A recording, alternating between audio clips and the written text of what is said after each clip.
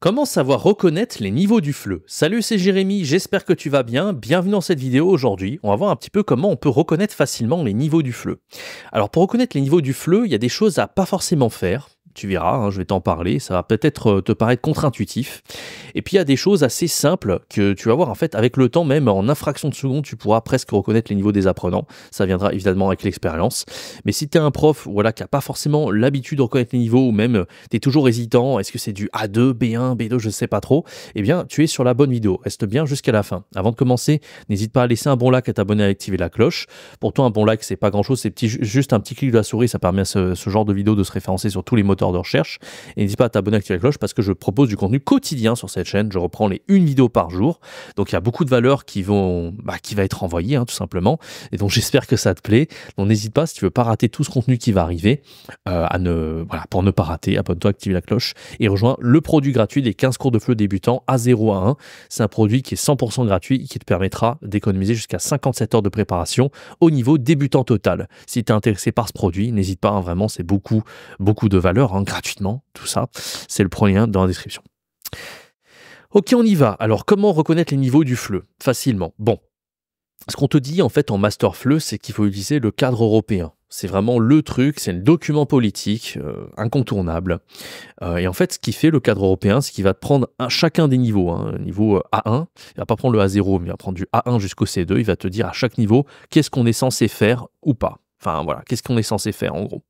Moi je me rappelle, il y a des choses qui m'ont marqué parce que même avant même d'enseigner le FLE, j'étudiais les langues et voilà, on me disait niveau C2, on peut comprendre tout ce qui est implicite, tout ce qui n'est pas émis dans un texte, on peut le comprendre.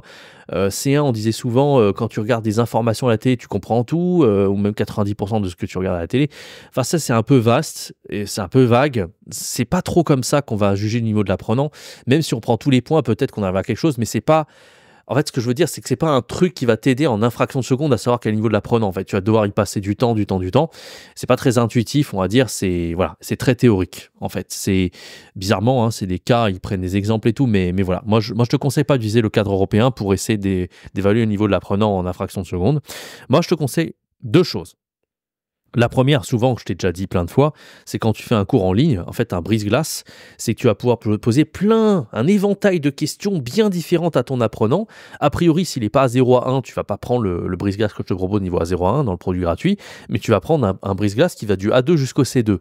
Et en fait, dedans, tu auras des questions qui seront très diverses. Par exemple, il y aura des questions du genre qu'est-ce que tu fais le week-end? Et là, tu sauras qu'il va devoir répondre en je me lève, je me promène, etc. Et si par exemple, il ne maîtrise pas forcément les verbes réflexifs, tu sauras qu'il y a quelque chose au niveau A1.2 qu'il n'a pas forcément maîtrisé. Ce qui ne veut pas dire qu'il n'est pas A1, hein, ça peut être du B1, B2 qui ne maîtrise pas les verbes réflexifs ou pas très bien, mais tu vas le juger sur plein d'autres aspects que la grammaire. Par exemple, tu vas le juger aussi sur, enfin juger c'est un grand mot bien sûr, mais tu vas pouvoir voir un peu quel est son niveau sur aussi la prononciation.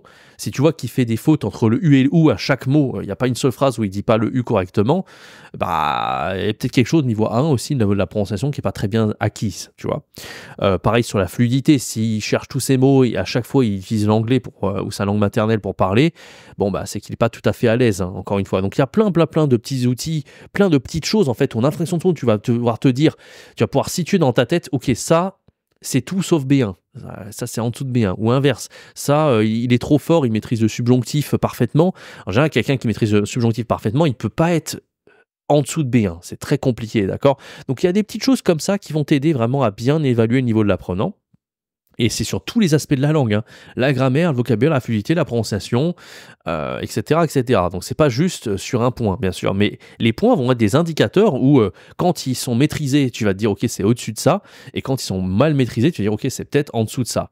Et bien sûr c'est un global, hein, parce que si en fait dans le niveau de langue d'un apprenant, il y a des choses tu vois où va être excellent et d'autres moins. Par exemple souvent les apprenants pour comprendre ils sont pas mauvais, donc ils vont comprendre 90% du temps. Par contre si tu dis il comprend tout, il est C2, non, peut-être qu'en grammaire il est claqué, peut-être qu'en prononciation il est claqué.